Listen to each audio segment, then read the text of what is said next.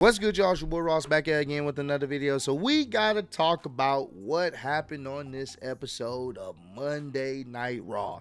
This was going to be essentially the last Monday Night Raw, I believe, that John Cena will be a part of for the remainder of this year. This is it for John Cena. It was going to be definitely the last time he was going to be in Boston. And I'm not going to lie to you, if you had an opportunity to be there tonight, I'm sure that you guys spent a decent amount of money, but I think you may have gotten some of your money's worth. I don't know how much y'all was charged to be there for John Cena's last Monday Night Raw, essentially. But nevertheless, this was a very good show. Very good episode of Monday Night Raw. Love what they're doing with the whole John Cena tournament to see who's going to be his final opponent. I'm actually liking how those things are going to be playing out over the next few weeks. It's going to bring some extra excitement to all of these shows. I believe Monday Night Raw, SmackDown, and NXT. But we got to start off with Triple H being in the middle of the ring, starting off the show and basically doing a grand introduction for John Cena. But I don't know if you guys paid attention. Triple H was sending some shots at some of the fans, but he kind of disguised it as an intro to John Cena. If you paid attention to what he was saying, like, there's a lot of people that have opinions. There's a lot of fans that have opinions. And the way he framed it up, it seemed as if he was definitely taking shots, but he framed it up as there's a lot of people that are having opinions about who's the greatest of all time. Yeah, and I don't know if y'all peeped that. I peeped that. Maybe I'm looking too much into it, but it definitely seemed like he was sending shots at some of the detractors online that feel some type of way about his booking decision. So let me know if I'm the only one that thought that. But nevertheless, he set it up to see, to say, at the end of the day, it's all subjective. But this is one of the guys that, when you mentioned one of the greatest of all time, his name pops up. He introduced John Cena. Huge pop. I mean, they were losing their mind for John Cena tonight. And rightfully so. He was in his hometown. It made sense. They went crazy. It's an important show if the green shirt guy is there. They went crazy for John. John was taking it all in, and he was talking about the excitement for the tournament to see who's going to be his final opponent ever. And then all of a sudden, Rey Mysterio music hit. Now, there have been rumors, not Rey Mysterio, Dominik Mysterio music hit. Now, there have been rumors all day, and I've been seeing it, that Dominik is supposed to face John Cena for the IC title. I just didn't know how true it was. Well, when he came out there to interrupt John Cena, and he's basically telling Triple H that he needs to do something about Rey Mysterio interrupting him for him having the championships and being the greatest Mysterio ever, the greatest luchador ever, and he didn't give a damn about who he was going to interrupt. So John Cena was, basically trying to tell him, hey, do you know where you are right now? Do you know who you're talking to? And obviously, Dominik getting some great heel heat, didn't give a damn. He's like, bro, I'm better than you now than you ever was in your prime. If I was back then in your prime, I would have been kicking your ass. And I knew Dominik was cooked because John Cena made it very clear. He's like, look, you don't understand. Tonight is not the night for you to be trying this. Because right now, I'm invincible. I'm untouchable right now. We in Boston. I can't be stopped. I was like, uh-oh. Yep, this is Super Cena at maximum power. He lets you know that he can't be stopped. He's untouchable. He's in his prime. You can't see me. And he basically like, hey, choose your next words wisely. And then Dominik is basically telling him, look, it don't even really matter. Anytime, anywhere is up for you. So basically, Triple H said, you know what? I think the perfect time is now. I think the perfect time is in Boston.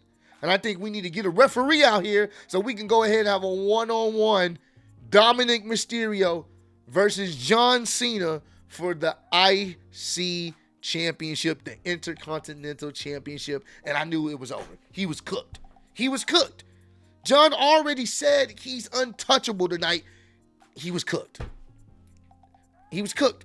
GG's to Dominik Mysterio, bro. It was over. It's funny because it's literally what happened to Ray many years ago when Ray was celebrating and he won the WWE Championship finally. And then you had John come out there and say, hey, let's go one-on-one. And then at the end of the night, guess who won? And guess what happened here tonight? This was a fun match. Dominik doing his usual Dominik stuff, getting involved, cheating and stuff like that. You had a referee bump spot, and then Dominik essentially tapping out, but to the STF, but the referee was knocked out. Dominik used the classic, let me get a steel chair, try to pretend that I got hit over the head with it, and obviously, John Cena realizes that, so he falls down to, shades of Eddie Guerrero, rest in peace. And then ultimately, it came down to John Cena hitting the attitude adjustment. A referee finally coming out there for the 1, 2, and the 3. And John Cena is your new Intercontinental Champion. And finally, after all these years, he is a Grand Slam champion. That was such a cool moment, bro. Crowd went crazy when he won. It was such a dope moment. Should this possibly have happened earlier this year? You could possibly say that. But nevertheless, this was a fantastic way to start Monday Night Raw. It was just such a good feel to be able to watch that and witness that. He finally won the IC title, and he is finally a Grand Slam champion. And what makes this even more interesting is potentially whoever faces John Cena, and most likely, I feel like John Cena is going to do the job for them and actually put them over. They will, if he decides to hold it that long, because I think he still has one more. I don't know if he has one more date or not. I think he does, but I could be wrong on that. But if he decides to, which I hope this is what happens, the title will be on the line, and whoever beats him in his last match will become the new Intercontinental Champion. So I think that would be also a dope. Even a doper situation. Not only that you beat John Cena in his last match, but you became the IC champion on top of that. I think that would be some good momentum for that individual. But we'll see if that actually happens. But nevertheless, though, this was a great opening segment. Great opening match, man. I really did enjoy this for sure. Next, we also got to talk about the situation going on with CM Punk. They showed the recap of Logan Paul basically knocking the hell out of CM Punk with the brass knucks. So CM Punk, being the individual that he is, he comes out there and he's high-fiving the fans, he's looking behind him because he's trying to make sure Logan Paul isn't going to sneak up on him. I definitely appreciated that small attention to detail. But CM Punk, he comes out there. He's no nonsense, which I like. He's not one of those baby faces that's going to be smiling about getting knocked the fuck out. No, he came out there. Hey, Logan, I know you're back there, bro. I ain't got much time for talking, bro. I knew not to trust you, but it makes it even sweeter now that I have a real legit reason to kick your ass. So come on out here, bro. Come on. Let's get this over with. All right, come on. Let's do this. So, as he's waiting, finally Logan music hit. Logan comes out there, and he's at the top of the ramp. And he's like, yeah, CM Punk's not trying to hear what he got to say. He's like, hey, bro, let's talk. And come on, bro. Let's get down here so I can beat the crap out of you. But now we understand because Logan said, look, I realized after I got squashed by Bronson Reed, I'm not trying to be getting my ass kicked by the Vision every single week. It's either you get down with them or they're just going to pack you up. They're gonna attack you at any chance if you're in their way. I'm not trying to be in that situation, so I open my eyes clearly to the Vision. And that's when Paul Heyman comes out there, Bronson Reed, and Braun Breaker comes out there. Then Logan Paul's on the not Logan Paul Heyman's on the mic, and he's basically saying you ain't got no best friends, Punk. You're the only person that finds a way to ruin friendships. He even brought up his wife's name and stuff like that to really piss off Punk. But Punk, he's one of those. Hey man, I don't care if it's 20 of y'all. I'm gonna go down swinging. He said, "Look, I don't care. All 5 of y'all can get in the ring," and he counted Paul Heyman as 2 people. I fucking loved it, bro. You got Logan Paul, Braun Breaker, and Bronson Reed, and Paul Heyman counts for it as 2 people. I love that. So, as they're about to essentially send Punk to the upper room, Jay comes out there. But that's not enough people. So then, Cody Rhodes, who happened to be there, he comes out there to somewhat even up the odds, and then it becomes a big old brawl, and then finally they separate, and you kind of know where this is going. So basically, later on in the show, you see CM Punk, Cody Rhodes, Jay Uso out there, basically, trying to, they're talking to, actually, I believe it was Adam Pearce, and he basically said, look, I know how we need to solve this. William Regal comes out and basically says, War Games. And that's how it was made official. So it's official, ladies and gentlemen. So far, the teams right now, CM Punk, Cody Rhodes, and Jay Uso versus Logan Paul, Braun Breaker, Bronson Reed in the War Games matchup. It's official. Now I don't know if they're going to find 2 partners or 1 extra partner for each team. We will see. But nevertheless, it's pretty much been all confirmed. Next, I want to talk about the tournament setup. So the first match for the John Cena retirement tournament was Rusev versus Damian Priest. And ultimately, and I like that they paid attention to that. The eye that Damian got set ablaze, like the fireball hit, he has like this red contact to show that his eye is still not 100%. Obviously, Rusev takes advantage of that and goes at that eye, and he's able to beat Damian Priest. And I like how he waves to the camera, you can't see me, and he's like, saying, I'm coming after you, John. We have history. Remember me? They do have history. Rusev and John Cena had their clash many years ago, so I like how they brought the continuity with that. It would make sense why he would want to be the one to end John Cena and also potentially get the IC title. And the next match later on in the night, another first round match was Sheamus versus Shinsuke. And Sheamus ends up winning, which I thought was a great decision. And I hope at some point Sheamus and Rusev meet up maybe in the next round, because that's going to be a nice one. I think that's going to be a nice, they have history with each other, so I think that's going to be pretty cool to see.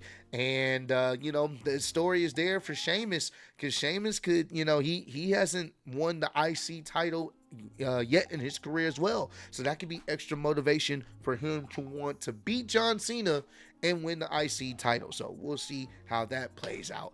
Also, they did show a graphic for what's happening next week. We got my boy Javon Evans going against a returning Gunther.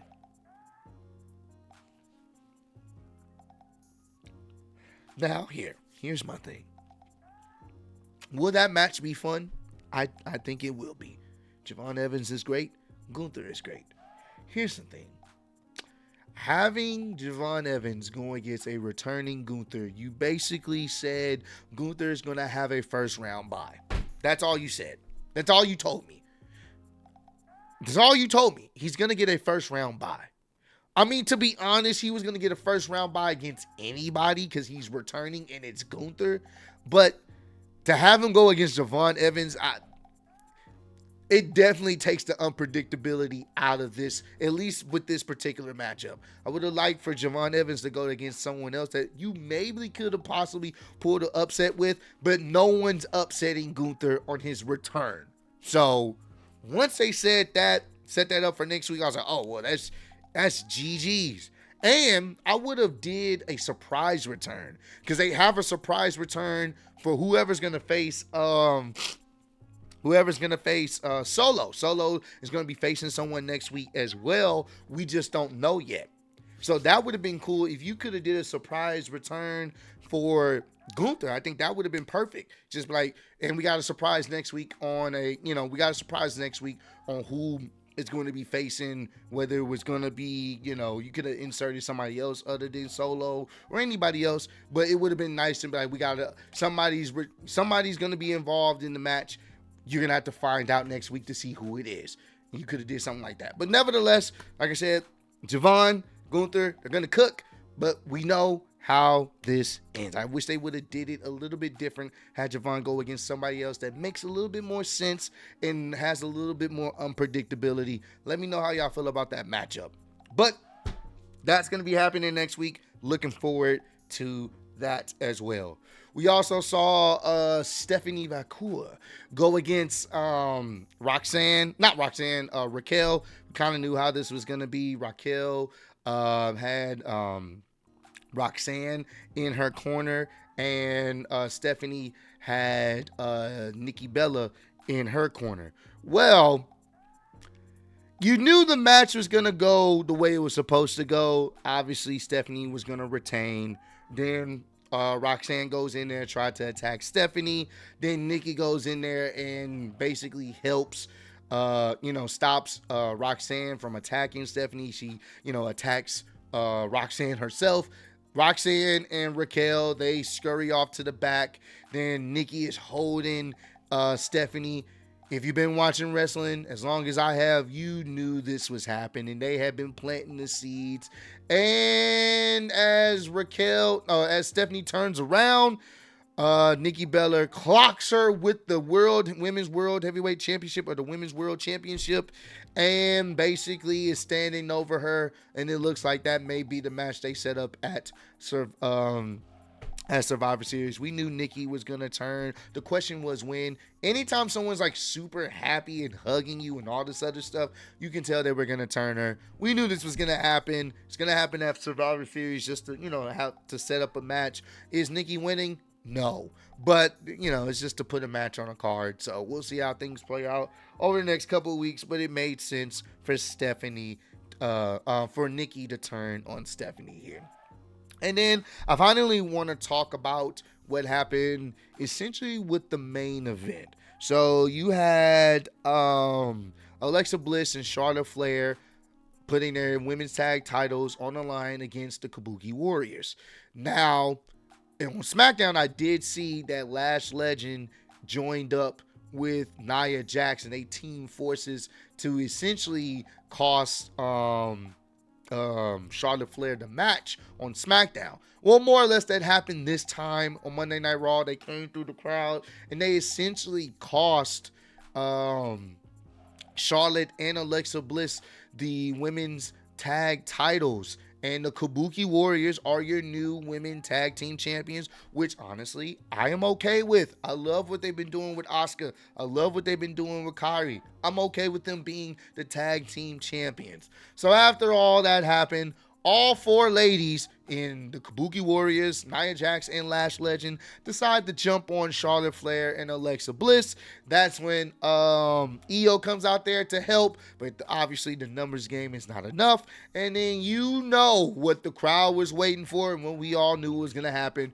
Rhea Ripley music hit, crowd popped, and Rhea Ripley once again has the face mask on her face, comes out there, dispatches everybody in the ring.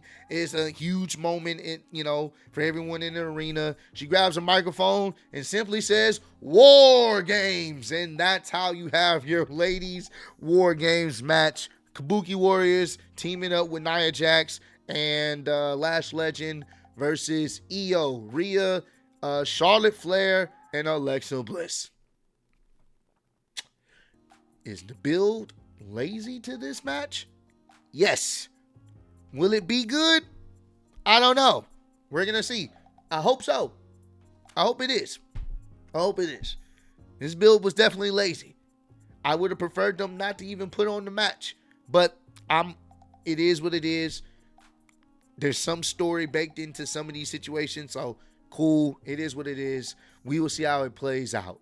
This was definitely a lazy build for War Games. If you're going to do something like this, I would have preferred them to really keep building it up with more ladies and it kind of intertwine it as best as you can. But we know how these War Games matches are. A lot of times there's only a few people that are really involved in some serious feuds, and then the surrounding characters around it, they just get added to the team. So we'll see how it plays out. But overall, this was a solid Monday Night Raw. I definitely enjoyed this episode of Monday Night Raw. Comment down below. Let me know, did you guys enjoy this episode as well? Let me know what you guys thought about John Cena finally becoming a Grand Slam champion and winning the Intercontinental Championship for the very first time in his career. But I appreciate all love, support. Road to 200K. Appreciate y'all kicking with me. See y'all next one. Peace.